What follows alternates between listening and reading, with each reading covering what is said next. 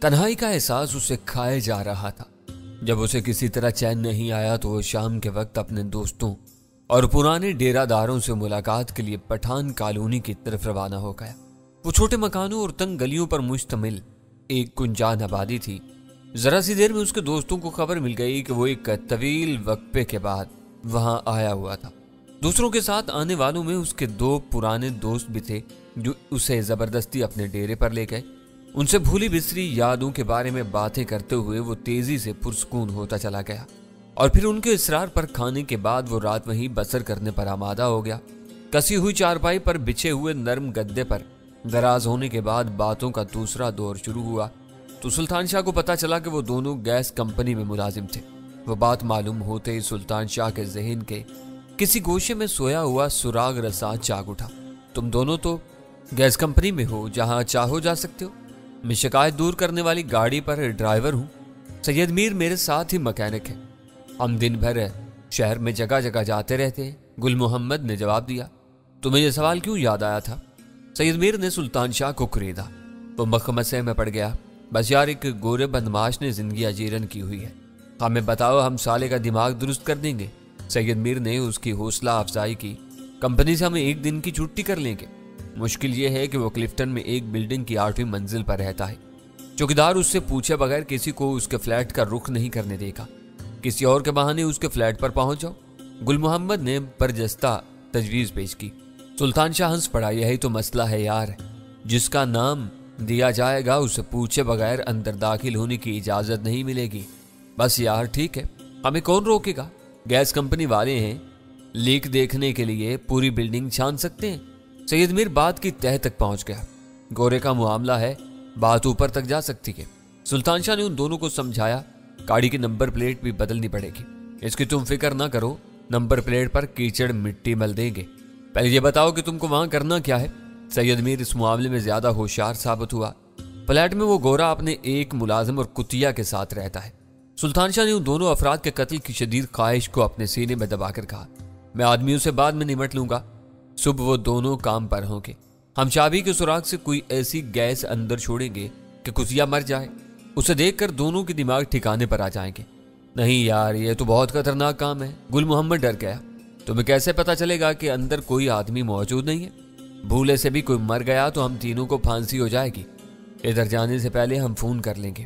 کسی نے جواب نہیں دیا تو پتا چل جائے گا کہ میدان صاف ہے۔ جواب ملا تو پروگرام ختم۔ نہیں، یہ اچھا کام ہوگا۔ یہاں فون پر غلط نمبر بہت ملتے ہیں، ایسا ہوا تو گڑبڑ ہو جائے گی۔ سید میر نے سوچتے ہوئے اعتراض کیا۔ سلطان شاہ کو اپنی کارگزاری دکھانے کا موقع مل رہا تھا، اس لیے اس کا دماغ بھی تیزی سے کام کر رہا تھا۔ اسے فوراً متبادل تجویز پیش کر دی۔ ایسا ہی ہے تو ہم دروازے پر دستک دے لیں گے۔ کسی نے جواب دیا تو کچن میں گیس لائن دیکھ بھال کر لوٹ آئیں گے۔ کوئی نہ ہوا تو کتیا ضرور دروازے کے پیچھے آ کر گھرائے گی۔ ہم اپنا کام کر لیں گے۔ وہ حل سید میر اور گل محمد کے لیے قابل قبول تھا۔ دونوں سلطان شاہ کے ساتھ تعاون کے لیے آمادہ ہو گئے۔ پرانی دوستی کے ناطے انہوں نے یہ بھی نہیں پوچھا تھا کہ سلطان شاہ کی اس گورے سے کیا دشمنی تھی۔ وہ دونوں گیس کمپنی کے گلشن اقبال والے مرکز میں کام کرتے تھے۔ سلطان شاہ ان کے ساتھ 9 بجے وہاں پہنچ گیا۔ صبح ان تینوں کو ذاتی کام درپیش تھا۔ سید میر نے کلرک سے شکایات کی پرچیاں لی اور وہ تینوں مرکز کی کمپنی کی ایک پک اپ میں چل پڑے۔ مہلک گیسوں کے بارے میں ان تینوں کی معلومات محدود تھی۔ وہ کسی پر اپنا اصل مدعا ظاہر نہیں کر سکتے تھے۔ امونیا اور ویلڈنگ میں کام آنے والی گیسوں کے سلنڈر بہت بڑے اور وزنی تھے، جنہیں لے کر عمارت میں اوپر نیچے گھومنا ممکن نہیں تھا۔ مریضوں کے لیے استعمال ہونے والے ہلکے پھلکے آکسیجن سلنڈر مہلک ہونے کی بجائے حیات آفریں ہوتے ہیں۔ آپس کے مشورے سے انہوں نے ایندھن کے طور پر استعمال ہونے والی مائع گیس کا سلنڈر حاصل کر لیا۔ وہ چھوٹا سلنڈر ایک آدمی آسانی سے اٹھا کر کہیں بھی لے جا سکتا تھا۔ یہ بات وہ تینوں جانتے تھے کہ سردیوں میں شعلہ بجھ جانے یا گیس کھلی رہ جانے کے باعث ملک کے سرد شمالی علاقوں میں قدرتی گیس اکثر انسانی اموات کا سبب بنتی رہتی تھی۔ وہ اپنے سلنڈر کو کتیا پر بے خوف و خطر آزما سکتے تھے۔ راستے میں اپنی ضمنی تیاریاں مکمل کر کے وہ تینوں 10:30 بجے کلفٹن کے علاقے میں اوبی کا فلیٹ تلاش کر رہے تھے۔ سلطان شاہ کے لیے وہ عمارت دیکھ کی بھالی نہیں تھی۔ اس نے بس میری زبانی عمارت کا نام اور فلیٹ نمبر سنا ہوا تھا۔ اپنے طور پر کافی وقت برباد کرنے کے بعد انہوں نے ایک اسٹیٹ ایجنسی سے رجوع کیا اور 11 بجنے سے چند منٹ پہلے مطلوبہ عمارت پر پہنچ گئے۔ ان کی شناخت کے لیے گیس کمپنی کی گاڑی کافی تھی۔ चौकीदार ने उन्हें इमारत के मुख्तलिफ फ्लोर्स पर देखभाल की इजाजत दे दी। इनका बराह रास्त 8वीं मंजिल पर पहुंचना मुनासिब नहीं था। वो बराह रास्त 12वीं मंजिल पर पहुंचे और चंद मिनट वहां गुजारने के बाद लिफ्ट से 10वीं मंजिल पर आ गए। 2 मंजिलें जीनों से तय करने के बाद वो 8वीं मंजिल की वीरान राहदारी में उतर गए। मैदान साफ पाकर सैयद मीर ने होले से दरवाजे पर दस्तक दी। फौरन ही मुकफ्फल दरवाजे के पीछे ओबराइन की पालतू कुतिया की गुर्राहट सुनाई देने लगी। सुल्तान शाह ने मजीद इत्मीनान के लिए डोर बेल का बटन दबा दिया। अंदर घंटी की मुख्तसर से मुतरन्नम आवाज गूंज कर रह गई। गुल मोहम्मद माए गैस का सिलेंडर जमीन पर रखे पूरी तरह तैयार था। सबर आजमा इंतजार के तवील लम्हात गुजरते रहे। सुल्तान शाह बेचैन हो रहा था, मगर उसे सैयद मीर के मुतमईन होने का इंतजार था। अंदर से कुतिया की दबी दबी और मुहज्जब गुर्राहटें सुनाई दे रही थी। अपने आका के बंद दरवाजे के बाहर उनकी मौजूदगी का एहसास करके वो पूरी फर्ज शनासी के साथ वहीं जमी हुई थी। अंदर से उसके सिवा हर जवाब मफकूद था। सैयद मीर ने सर की जुम्बिश से गुल मोहम्मद को इशारा करके रबर की नल की चाबी के सुराग से लगा दी। शोर की हल्की सी इब्तदाई आवाजों के साथ माया गैस बहुत तेजी से ओबराइन के फ्लैट में दाखिल होने लगी। कुतिया की हल्की आवाजें उसके हल्के में फंसने लगी। दहलीज पर खतरा सूंघकर कुतिया ने अपने पंजों से चौबी दरवाजे को कुरचना शुरू कर दिया था। ऊंचे कद के वो कुतिया दरवाजे के सामने जमी हुई थी। इस वजह से की होल के जरिए तेजी से अंदर भरने वाली गैस उसके फेफड़ों में भरती जा रही थी। जरा सी देर में कुतिया की आवाजें कमजोर पड़ते पड़ते मासूम हो गई। वो इस कदर तरबियत याफ्ता थी कि जान कुनी के आलम में भी ऊंची आवाज में नहीं भौंकी थी। वो तीनों मजीद कुछ देर वहां रुके रहे, लेकिन सिलेंडर की गैस खत्म होने का नाम नहीं ले रही थी। गुल मोहम्मद ने गैस बंद की और वो तीनों सुराग से जीनों की तरफ हो लिए। 7वीं मंजिल से वो दोबारा लिफ्ट में सवार हुए और गैस कंपनी की वैन में सवार होकर वहां से रफू चक्कर हो गए। इन तीनों ने मुकम्मल राजदारी के साथ एक अहम काम सर अंजाम दिया था। वो दोपहर तक गाड़ी में एक साथ घूमते और अपने सनसनीखेज तजर्बे पर तबसरे करते रहे। सुल्तान शाह ने उन्हें दोपहर का खाना उनकी पसंद के होटल में खिलाया और फिर वहीं उनसे रुखसत होकर स्टेशन 4 के लिए रवाना हो गया, ताकि हम लोगों को अपनी कारगुजारी से बाखबर कर सके। सुल्तान शाह ने अपनी रुदाद खत्म की तो मैंने अपने बाएं हाथ को हरकत दिए बगैर उसे वालियाना अंदाज में अपने सीने से लगा लिया। उसने बदतरीन ज़हनी और आसाबी दबाव में मुब्तला होने के बावजूद एक नाकाबिले फरामोश कारनामा अंजाम दिया था। एक बेजुबान कुतिया को गैस के जरिए सिसका कर मारना बाइसे शर्म है। वीरा ने खुलकर उसकी मुजम्मत की। पता नहीं डैनी क्यों तुम्हारा दिमाग खराब कर रहा है। तुम्हें ओबराइन की कुतिया से हमदर्दी है। इन इंसानों से कोई लगाव नहीं जो ओबराइन की साजिशों का ईंधन बन रहे हैं। सुल्तान शाह ने किसी नदामत के बगैर डट कर कहा, इस हरकत से तुमने क्या मकसद हासिल किया है? अगर ओबराइन घर पर मौजूद होता तो तुम पर कोई बुरा वक्त भी आ सकता था। ऐसी जज्बाती मांगता तुम्हें जेब नहीं देती। मैं उसे कोई नुकसान पहुंचाकर अपना दिल ठंडा करना चाह रहा था। इसकी अजीज कुतिया की मौत पर मुझे दिली खुशी है। वो तुम्हारी अजीजा थी तो मैं तुमसे मुआवजत करने के लिए आमादा हूँ। मेरे रवैये से सुल्तान शाह का हौसला बहुत बड़ा हुआ था। गजाला ने अपनी बेसाख्ता मुस्कुराहट पर मुश्किल से काबू पाया, मगर वो इन दोनों के दरमियान मुखल नहीं हुई। अव्वल खान भी मजे ले रहा था। मजबूरन मुझे जुबान खोलनी पड़ गई। ये वाकया ओबराइन के लिए एक मानी खेज पैगाम है। तुम लिख कर रख लो कि कुतिया की लाश उसे हवास बाख्ता कर देगी। इस वाक्य को अलग करके नहीं वाकयात के तसलसल में देखो। सुल्तान शाह कल से भागा हुआ था। इसके फरिश्तों को भी वाकयात की हवा नहीं लगी। इसने जो कुछ किया इसे मजनूनाना हरकत ही कहा जा सकता है। मेरे लिए बात और भी हैरान कुन है। सुल्तान शाह का हमसे कोई राब्ता नहीं था। इसे बाद की तब्दीलियों का इल्म नहीं था, फिर भी इसने हमारी मदद की है। फिर इसे यही काम सौंप दो कि ये शहर भर में लोगों के पालतू कुत्तों को मारता फिरे। सुल्तान शाह के लिए मेरी तरफदारी पर वीरा बरहम हो गई। शहर के कुत्तों और ओबराइन की कुतिया में बहुत फर्क है। अव्वल खान बोला, हाँ, क्योंकि वो मेरी अजीजा थी। वीरा की ज़हनी रूप बुरी तरह बहकी हुई थी। इस बार हम में से कोई भी अपनी बेसाख्ता हंसी पर काबू नहीं पा सका। सुल्तान शाह संजीदा था। दिल खोल कर मुझ पर हंस लो। वीरा मेरे ऊपर गुर्राई। फिर मुझे बताओ कि सुल्तान शाह की अमकाना मुहिम जोई से हमें क्या हासिल हुआ है। फिर शायद मैं भी तुम्हारी तरह हंस सकूं। तुम दोनों सरफिरे या नीम पागल हो, बिला वजह खतरों को ललकारते रहते हो। मैंने वीरा की बरहमी का रम्स पा लिया और अपने मुवक्कफ में जरा सी तब्दीली लाते हुए कहा, मैं ये मान लेता हूं कि सुल्तान शाह ने दीदा और दानिस्ता हमारी कोई मदद नहीं की। ये एक इत्तिफाक है कि इसकी हरकत हमारे लिए गैबी इनाम बन गई। सुल्तान शाह के लिए चंद तनकीदी लिफाज सुनते ही वीरा के तेवरों में जरा सी नरमी आ गई और उसने कहा, बोलते रहो, मैं तुम्हारी बात ध्यान से सुन रही हूँ। बख्शी ने ओबराइन के बारे में जो कुछ बताया है उसे ज़हन में ताज़ा करो तो वो इस वक्त खाइफ होगा। घर पहुंचने पर कुतिया की लाश उसे दहशत ज़दा कर देगी। उसके फ्लैट में हिफाजती अलार्म वगैरह भी मौजूद होगा। इस बंदोबस्त में खलल डाले बगैर कोई कुतिया को कत्ल कर सकता है तो उसे भी मार सकता है। मुझे शुबा है कि वो आज की रात अपने घर में गुजारेगा। इस तरह तुम्हारी पोजीशन मखदूश होगी। वीरा सोचते हुए बोली, वाशिंगटन वालों ने ओबी को तुमसे दूर हो जाने की हिदायत की थी। उसने तुम्हें धनराज के जरिए मेजर बख्शी के हवाले कर दिया।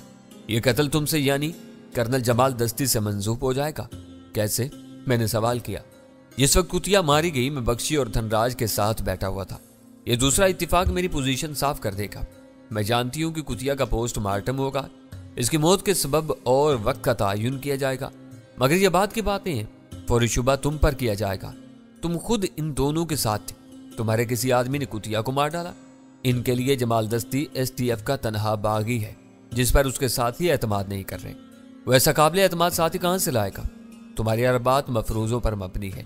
इन सबको दुरुस्त मान लिया जाए तब भी वो होशियार हो जाएगा और फ्लैट से किसी महफूज तर मकाम पर मुंतकिल हो जाएगा। वीरा इस वक्त मेरी कही हुई हर बात पर नाकदाना तबसरे करने के मूड में थी। यूं तो वो पाताल में भी छुप सकता है। मैं तुर्शी से कहा, यह न भूलो कि हर आदमी में दबाव बर्दाश्त करने की एक हद होती है। वो जान के खौफ से कब तक यहाँ छुप कर सिसकता रहेगा? इसकी सारी कारकर्दगी तबाह हो जाएगी। तुम्हारा ख्याल है कि वो यहाँ से बिस्तर बोरिया समेट लेगा? अगर हालात में कोई नुमाया तब्दीली रुनमा ना हुई तो अगले चंद रोज में उसे यहाँ से चले जाना चाहिए। कल किसी वक्त एक धमकी अमेज गुमनाम फूलकाल उसके कदम बिल्कुल उखाड़ देगी। यह हमारी बहुत बड़ी कामयाबी होगी। इस वक्त पाकिस्तान में रियासत हाय मुतहिदा एशिया का सबसे बड़ा अलम बरदार वही है। वो चला गया तो ये मंसूबा इल्तवा का शिकार हो जाएगा। गुस्से के भंवर से निकल जाने के बाद बात धीरे धीरे वीरा की समझ में आती जा रही थी। इस वक्त हम सिर्फ यही कर सकते हैं, वरना अमेरिका को इसकी मनमानी से रोकना आज की दुनिया में नामुमकिन होकर रह गया है। तुम चाहते हो कि मैं महज इन इत्तेफाकात की बिना पर सुल्तान शाह की हमाकतों पर अपना सर धुनना शुरू कर दूं? आखिरकार उसके होंठों पर मुस्कुराहट आ गई। हरगिज नहीं। तारीफ करना या ना करना तुम्हारे इख्तियार में है। बस इसका बेरहमाना मजाक मत उड़ाओ। इसने कुछ हाथ पैर हिलाए हैं तो इत्तिफाकात हमारे काम आए हैं। इसके दिमाग में कोई हलचल न होती और शेरी न मारी जाती तो हमें कोई फैज हासिल नहीं हो सकता था। शेरी?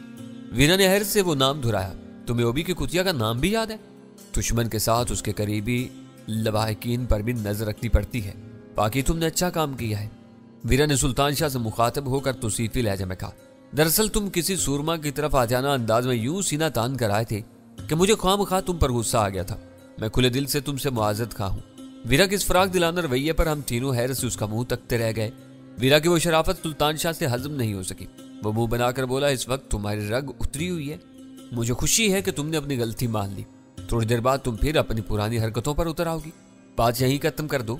अव्वल खान ने जल्दी से कहा, मैं तो चाहता हूं कि तुम दोनों आपस में बार बार गलतियां करते और फिर एक दूसरे को मनाते रहो। इसी में जिंदगी का मजा है। यह कभी नहीं हो सकता। वीरा तन कर बोली, मैं तुम्हारा कुनाया अच्छी तरह समझ रही हूँ। अव्वल खान मुस्कुराकर सुल्तान शाह की तरफ मुतवज्जा हो गया। शेरी के खिलाफ ये खटराग फैलाते हुए तुम्हें अंदाजा था कि तुम कितना बड़ा काम करने जा रहे हो? हरगिज नहीं। उसने ईमानदारी से एतराफ कर लिया। ये सारी बारीकियां तो मैं अब सुन रहा हूँ। मुझे तो ये भी नहीं मालूम कि कल मेरे जाने के बाद क्या तब्दीलियां रूनुमा हुई हैं। वैसे ये बख्शी और धनराज कौन है? कर्नल जमाल दस्ती के दो नए बास। अव्वल खान के बोलने से पहले मैंने जवाब दे डाला, दोनों ही अपने नाम से भारतीय बल्कि हिंदू मालूम होते हैं। उसने कहा, एक पाकिस्तानी हिंदू है और दूसरा भारतीय कौंसल खाने का रिकॉर्ड ऑफिसर। दोनों के इस तारुफ के बाद मैंने उसे गुजरे हुए वाकयात के बारे में बताना शुरू कर दिया। वीरा और गजाला ने आंखों ही आंखों में एक दूसरे को इशारे किए और उठकर हमारे कमरे से निकल गई। इनके लिए सुनी सुनाई बातों में कोई दिलचस्पी नहीं थी। मुझे हाथ पैर हिलाए काफी दिन हो रहे हैं। कहो तो होटल ही में धनराज का काम तमाम कर दूं। उसे पूरी कहानी समझने के बाद तलखी से कहा, अब तुम हमारे मशवरे के बगैर कोई कदम नहीं उठाओगे। मैंने सख्ती से कहा, हमें पॉलिसी बदलनी होगी। गद्दारों को खामोशी से ठिकाने लगाने की बजाय बेनकाब किया जाए और दूसरों के लिए इबरत का सामान बना दिया जाए तो ज्यादा बेहतर होगा। जिन मुजरमों के खिलाफ कोई गवाह मुयस्सर हो न शहादतें, इनका क्या करोगे? वो हमारे काम की बाज नागुज़ीर मजबूरियों से पूरी तरह वाकिफ था। जहाँ सब रास्ते बंद हों वहाँ खून बहाना पड़ेगा। धनराज का केस ऐसा नहीं है कि शख्स अपने पूरे खानदान की रिस्याही का सबब बन जाएगा। मेजर बख्शी के खिलाफ तुम कोई कदम नहीं उठा सकते।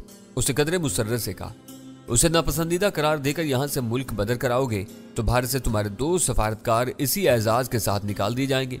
उसे तो यही घेरना होगा। उसके बारे में देखना होगा। फौरी तौर पर कोई फैसला नहीं किया जा सकता। सुल्तान शाह खामोश हो गया। उसे अंदाजा हो गया था کہ معاملہ اس کی توقع سے کہیں زیادہ پیچیدہ ہو چکا تھا۔ میں رات گئے تک اول خان کے عملے کی طرف سے کسی اجان انگیز خبر کا منتظر رہا، لیکن وہاں ہر طرف خاموشی تھی۔ اول خان حیران تھا کہ اوبرائن ڈیسنٹ نے شیری کے پراسرار قتل کے بارے میں کوئی ہنگامہ آرائی کی تھی، نہ علاقے کے تھانے سے رجوع کیا تھا۔ ایک اہم سفارتی نمائندے کی محفوظ قیامگاہ میں دن دہاڑ اس کی پالتو کتیا کا قتل معمولی واقعہ نہیں تھا۔ مجھے توقع تھی کہ جو ہی شیری کی لاش دریافت ہوگی، شہر کی انتظامیہ پر کڑا وقت پڑ جائے گا۔ اوبرائن نہ صرف لاقانونیت اور غنڈہ گردی پر واویلا مچائے گا، بلکہ اپنی کتیا کے ماہرانہ پوسٹ مارٹم پر بھی اصرار کرے گا۔ یہ ناممکن تھا کہ اس روز اوبرائن یا بلیکی نے پلٹ کر فلیٹ کی خبر ہی نہ لی ہو اور یوں شیری کی لاش بے یارو مددگار پڑی رہی ہو۔ ان کی طرف سے مکمل خاموشی کا مطلب یہ تھا کہ اس واقعے کے محرکات اور نتائج پر غور و خوض کیا جا رہا تھا۔ اگلی صبح کے اخبارات میں بھی اس بارے میں کچھ نہیں چھپا تو مجھے خاصی مایوسی ہوئی۔ وہ میرا فطری رد عمل تھا۔ اس لیے مجھے خیال آیا کہ اپنی خاموشی کے ذریعے ان لوگوں نے اپنے نامعلوم حریف کو اسی ذہنی صدمے سے دوچار کرنے کی کوشش کی تھی۔ ہو سکتا ہے کہ نہیں، یہ نفسیاتی حربہ بھی مطلوب رہا ہو، مگر میری رائے اس سے مختلف ہے۔ شیری کے قتل سے وہ لوگ بہت زیادہ خوفزدہ ہو گئے ہیں۔ خوفزدہ ہونے کی صورت میں انہیں شور مچانا چاہیے تھا، وہ خاموش کیوں ہیں؟ پاکستان میں جانی نقصان کے حوالے سے ان کی خاصی جگہ سائی ہوئی ہے۔ وہ کسی بھی معاملے میں اپنا دامن آلودہ ہونے سے نہیں بچا سکے۔ اس واقعے کی تشہیر ان کی مزید رسوائی کا سبب بنے گی کہ وہ اپنے پالتو کتوں کی حفاظت تک نہیں کر سکتے۔ واقعی اعتماد کو مجروح کرنے والی بات تھی۔ شاید اول خان صحیح نتیجے پر پہنچا تھا۔ میں نے اندازہ لگا لینے کے باوجود اوبرائن کے فلیٹ کا نمبر ملایا۔ 3 گھنٹیاں بجتے ہی اس کے فون سے منسلک خودکار جوابی مشین چل پڑی۔ اوبرائن کی آواز میں ریکارڈ کیے ہوئے پیغام کے بعد جو ہی میرا پیغام ریکارڈ کرنے کے لیے مشین چلی، CSD کے ذریعے لائن کٹ گئی۔ وہ اپنے گھر پر موجود نہیں تھا۔ وہ دہشت زدہ ہو گیا، اسے اپنے سائے سے بھی خوف آ رہا ہوگا۔ اول خان نے میری کال کے نتیجے سے واقف ہونے کے بعد کہا، ہماری توقع سے کہیں پہلے اس کے قدم اکھڑ گئے۔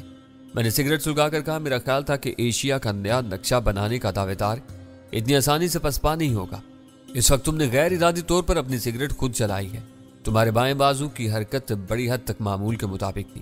اسے میری بات کا جواب دینے کی بجائے میرے زخم کے بارے میں اپنے اطمینان کا اظہار کیا۔ زخم کتنا ہی گہرا ہو، وقت کے ساتھ آخرکار بھر ہی جاتا ہے، میں نے ہنس کر کہا۔ پر امید رہنا بہت اچھی عادت ہے، مگر تمہاری یہ توقع درست نہیں کہ اپنی کتیا کی موت سے خوفزدہ ہو کر اوبرائن پسپا ہو گیا ہے۔ گھر چھوڑ کر بھاگ جانا بہرحال کوئی اچھا شگون نہیں ہے، میں نے سگریٹ کا دھواں اگل کر کہا۔ اسے تم روپوشی بھی کہہ سکتے ہو، بلکہ یہ کہنا بھی قبل از وقت ہوگا۔ اس وقت 10:10 ہوئے ہیں۔ ہو سکتا ہے کہ رات اپنے فلیٹ میں گزار کر وہ مقررہ وقت پر اپنے دفتر چلا گیا ہو۔ دفتری اوقات کے بعد فون کر کے ہی کوئی رائے قائم کی جا سکتی ہے۔ میں خفت امیز انداز میں سر ہلا کر رہ گیا۔ اپنی خوش فہمیوں میں مستغرق ہو کر میں نے وقت پر دھیان ہی نہیں دیا تھا۔ میں نے اول خان سے کہا، اس کے دفتر فون کروں؟ اس نے تمہیں رابطہ کرنے سے منع کیا ہوا ہے، اس نے مجھے یاد دلایا۔ وہ ممانت جمال دستی کے لیے ہے۔ میں چاہتا ہوں کہ اسے ایک گمنام دشمن کی طرف سے دھمکی امیز پیغام ضرور پہنچا دیا جائے۔ وہ سوچے گا کہ گمنام دشمن کو اس کے دفتر کا ڈائریکٹ نمبر کیسے مل گیا۔ جو شخص اس کی کتیا تک پہنچ سکتا ہے، اس کے لیے ایک فون نمبر حاصل کرنا کوئی مسئلہ نہیں ہونا چاہیے۔ یہ معمولی سی بات اس کے ذہن میں ہونی چاہیے۔ تم درست کہہ رہے ہو، پھر بھی فون تم ہی کو کرنا پڑے گا۔ کیوں؟ کیا تمہیں اس کی طرف سے کوئی خطرہ محسوس ہو رہا ہے؟ میں خطروں کو زیادہ خاطر میں نہیں لاتا، وہ زندہ دلی سے بولا۔ بات صرف اتنی سی ہے کہ میں اس کی آواز نہیں پہچان سکوں گا۔ میں اسے دیکھتا ہوں۔ اول خان کی بات مناسب تھی، بس مجھے آواز بدلنی پڑے گی۔ یہ یاد رکھنا کہ وہ ایک حساس پوزیشن پر کام کر رہا ہے۔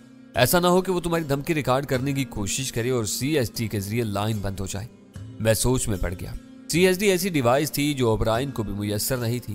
یہ بات اس کے علم اور تجربے میں تھی کہ STF کا کرنل جمال دستی CSD سے مزین فون استعمال کرتا ہے۔ ریکارڈنگ پر فون کٹتے ہی اس کا ذہن میری طرف مبذول ہو سکتا تھا۔ اس وقت تک فون پر خصوصی بندوبست کے تحت آبزرویشن لگوائے بغیر یہ معلوم کرنا ممکن نہیں تھا کہ کسی کو کس نمبر سے فون کیا جا رہا ہے۔ آواز بدل لینے کے بعد میں اوبرائن کی شناخت کے خطرے سے بھی بچ سکتا تھا۔ میں نے اول خان کے مشورے سے CSD کو بند کر دیا۔ ہر اعتبار سے وہ ایک اہم فون کال تھی۔ میں نے اوبرائن کا نمبر ملایا۔ دوسری گھنٹی پر اس کی ہیلو سن کر میرے دل کی دھڑکنیں تیز ہو گئی۔ میرا خیال تھا کہ تم ایک بڑے افسر ہو اور دیر سے دفتر جاتے ہوگے، اگر تم کسی معمولی کلرک کی طرح شاید بر وقت اپنے دفتر پہنچنے پر مجبور ہو۔ میں نے ہلکے بل بھاری اور چپتی ہوئی آواز میں کہا، تمہارا فلیٹ آج پھر ویران پڑا ہوا ہے۔ ایڈیٹ، تم کون ہو اور کیا بکواس کر رہے ہو؟ اس کے راہٹ ابری۔ میں تمہاری شیری کا خیر خواہ ہوں۔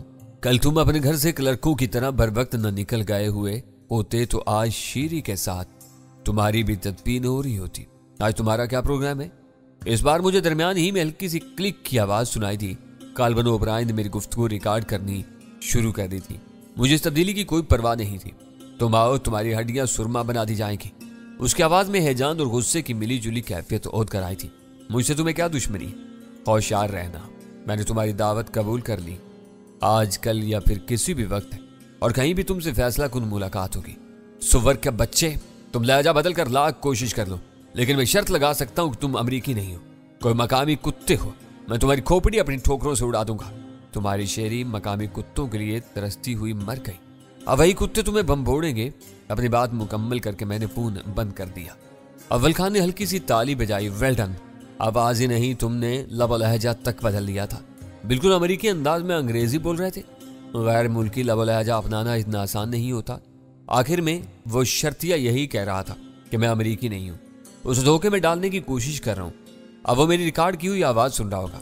यह बहुत अच्छा हुआ कि CSD ऑफ थी। अब वो भूल कर भी तुम पर शुबा नहीं कर सकता। मुझे खुशी है कि मैंने उस पर अपने तरकश का एक तीर और चला दिया। देखना होगा कि वो पाकिस्तान से कब भागता है। वो ज्यादा मजबूत आसाब का मालिक नहीं है। इसके बारे में तुम्हारा अगला प्रोग्राम क्या है? अव्वल खान ने पूछा।